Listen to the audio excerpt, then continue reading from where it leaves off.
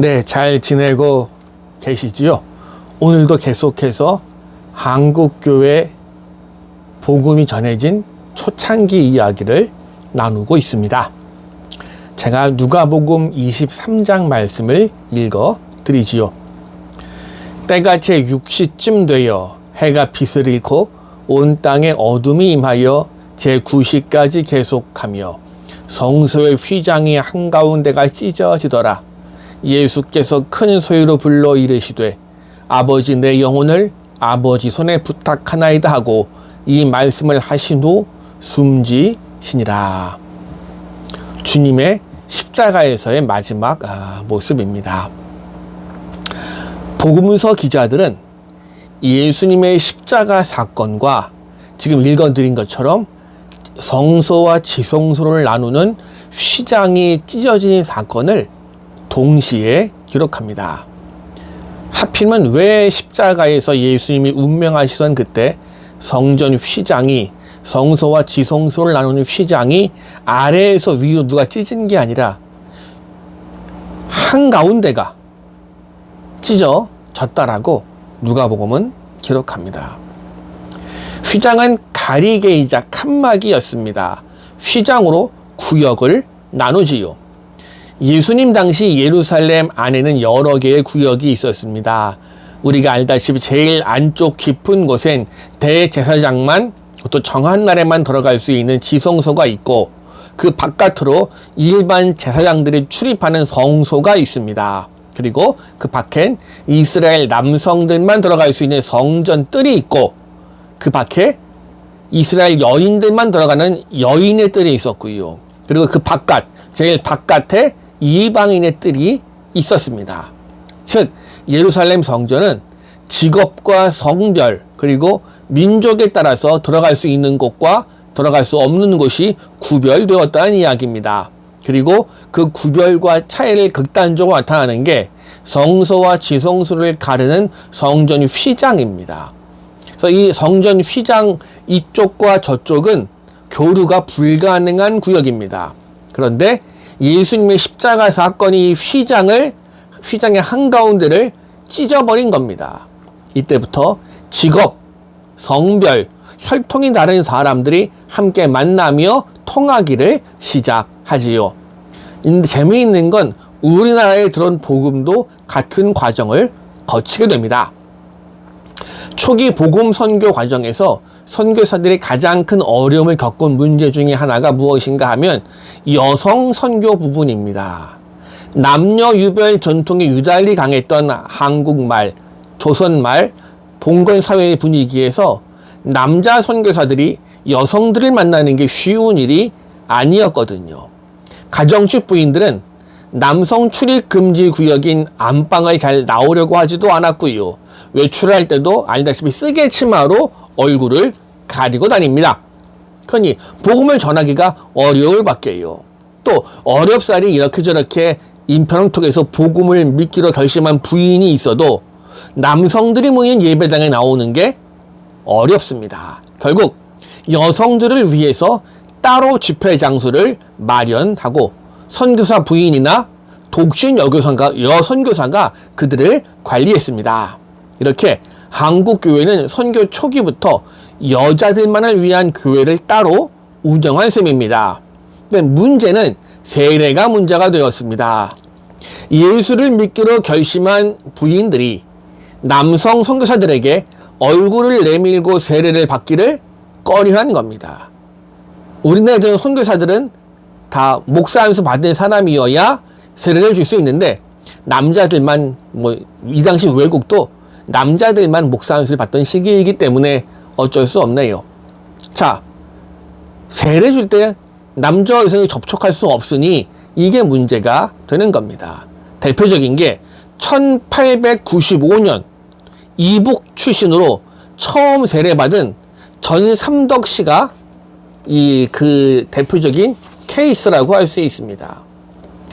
이 전삼덕 씨의 표현에 따르면 이 당시 기록이 이렇습니다. 읽어드리지요. 나는 세례가 어떻게 하는 것인지 모르거니와 우리나라 풍속에는 여자는 모르는 남자와 대면치 못하는 법이 있으니 어찌하여야 하리까 하고 물으니 이 스크린터 선교사입니다. 그가 대답하기를 그러면 방 가운데 휘장을 치고 머리 하나 내놓을 만한 구멍을 낸 후에 그리로 머리만 내밀면 물을 머리 위에 얹어 세례를 베풀겠다 하였다. 나는 그의 가르쳐주는 대로 하여 나의 작은 딸과 함께 처음으로 세례를 받았다라고 기록합니다. 이게 그 유명한 유명하다고 말하기 좀 그렇습니다만은 초기 한국교회에서 연구한 사람들에게 유명한 휘장 세례입니다. 방 한가운데 휘장을 쳐서 여성과 선교사가 서로 보지 못하게 휘장으로 막아놓고 휘장 가운데 머리 하나 들어갈 만한 구멍을 내놓고 그곳으로 여성이 머리를 내밀면 선교사는 이쪽에서 그 머리 위에 물을 뿌려서 세례를 집행한 겁니다. 이게 하나의 전례가 되어서 한동안 여성 세례는 이런 방법으로 진행이 되었습니다. 사실 이 휘장 세례는 편법입니다. 방 한가운데 쳐진 휘장은 말 그대로 남녀 7세 부동석을 외치면서 남녀 차별을 강조하던 봉건 사회 구조를 상징한 셈입니다. 그런데 그 휘장 한가운데 구멍이 났네요. 비록 머리 하나 나올 만큼 작은 구멍이지만 이 작은 구멍은 더 놀라운 일들을 불러옵니다. 자, 감리교회의 경우 1887년 최초로 세워진 서울 정동교회도 남자는 아펜젤러 사택이나 배지학당에서, 여자는 스크랜턴 대부인 사택이나 이호학당에서 예배를 따로 드립니다. 이렇게 10년 가까이 예배를 드리다가 독자적인 예배당 건물을 마련하게 됩니다. 그리고 그 동기를 만든 것도 여성들이었습니다. 1895년 무렵 이화학당에서 모이던 여자 성도들이 한 지붕 아래 남녀가 함께 예배 드릴 수 있는 공간을 마련합시다 발의하면서 머리카락을 잘라서 건축 헌금을 모으기 시작했습니다. 이 당시 이 머리를 잘라 파는 건 여성들이 돈을 벌 수 있는 유일한 방법이기도 했습니다. 그러니 이 소식을 든 남자 성도들도 동의를 합니다. 선교사들도 적극 후원해서 1897년 10월 지금 정동교회 문화재 예배당을 건축합니다. 한국교회 최초의 서양식 예배당 건물로 기록되는 이 예배당이 마련되면서 비로소 정동교회는 10년 만에 자체 건물, 그것도 남녀가 함께 예배 드릴 수 있는 넓은 공간을 마련한 셈입니다. 비록 예배당 한가운데 휘장을 쳐서 남녀 자리를 구분하긴 했습니다. 이 휘장이 철거된 건 1910년대 들어서야 가능해집니다. 어쨌든 한 지붕 아래 남녀가 함께 예배 드린다는 사실만으로도 여성들에겐 감격이었습니다. 이 당시 여성들은 남성과 같은 공간을 사용하는 것만으로도 남녀 평등을 이루었다라고 생각할 정도였으니까 말입니다. 이 시대, 우리 시대와 비교하면 안 됩니다. 자, 그러다 1897년 12월 31일 정동교회 예배당 봉헌을 축하하는 행사로 교회 청년회 토론회가 열렸습니다. 토론 주제가 무엇이었나 하면 여성을 교육하고 동등으로 대하는 것이 가하냐 라는 것이었습니다. 자, 가하다. 이쪽엔 서재필 씨와 조한규 씨가, 안 된다. 이쪽은 윤치호 씨와 김연규 씨가 연사로 등장합니다. 아직까지 여성이 연서 등장할 수는 없었습니다. 이 당시 미국 시민권을 갖고 있던 서재필 씨는 미국의 예를 들면서 한국 여성들도 교육받고 사회활동에 나서야 할 때다라고 주장을 합니다. 그런데 똑같이 미국 유학을 하고 왔지만 사상적으로 보수적이던 윤치호 씨는 창세기 3장을 예로 들면서 이거 뭐라고? 인류의 타락이 어디서 비롯되었는가? 에덴 동산에서 선악을 알게 한 나무 열매를 먹은 하와 때문이 아니냐? 그러면서 여성 교육은 타락만 주장했습니다. 윤치호 씨의 발언으로, 이 하와의 발언으로 아무튼 토론의 분위기가 여성을 교육하는 게 안 된다 쪽으로 기울어 갈 때 회중석에 있던 한 여성 교인이 외쳤습니다. 하와가 비록 죄를 지었지만 마리아가 아니었으면 예수님께서 어찌 세상에 오셔서 우리의 죄를 속죄했겠습니까? 하와도 보지 말고, 하와만 보지 말고 마리아도 보시길 바랍니다. 이게 남성들 향한 여성들의 외침이었습니다. 이 시간 그러면서 이제 토론회가 남자들만의 토론회가 아니라 남녀 회중 사이의 난상 토론으로 이어집니다. 이날 이 토론의 스피를 떠나서 한국 교회사뿐 아니라 한국 근대 여성 사이에 중요한 의미를 가집니다. 여성 교육과 남녀 평등을 위한 최초의 토론회였거든요.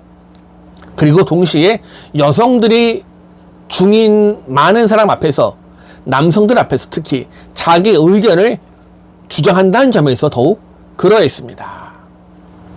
사실 그때까지, 그 전까지 여필 정부, 남존여비, 이 봉건적 사회 구조 속에서 여성은 일방적인 희생자였습니다.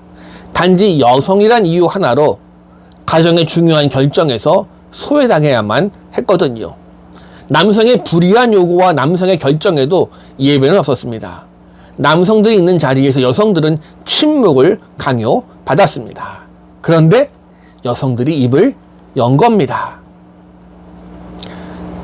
여성은 교회에서 잠잠하라는 고린도서의 성경 구절을 공개적으로 어긴 셈이기도 했습니다.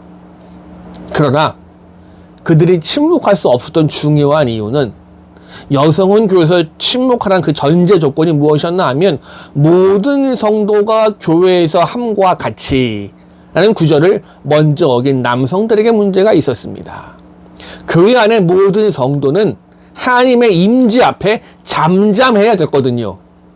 근데 남자들은 특권의식을 가지고 그들만 입을 열고 여성들은 동반관계가 아니라 종속관계니까 입을 다물라고 해석을 잘못한 겁니다. 이건 하나님의 침묵 창조 질서가 아닌 거지요.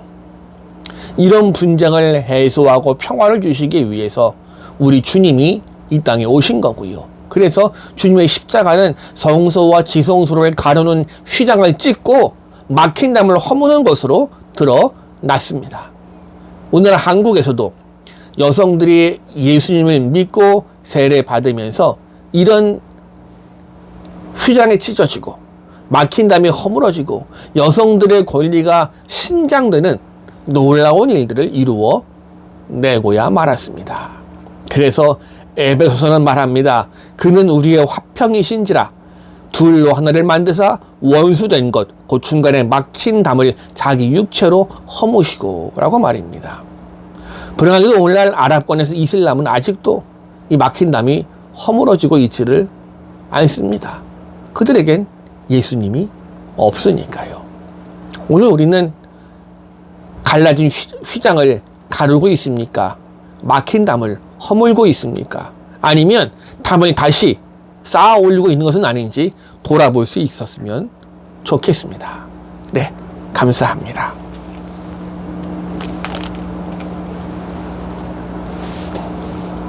왜 안 꺼지냐?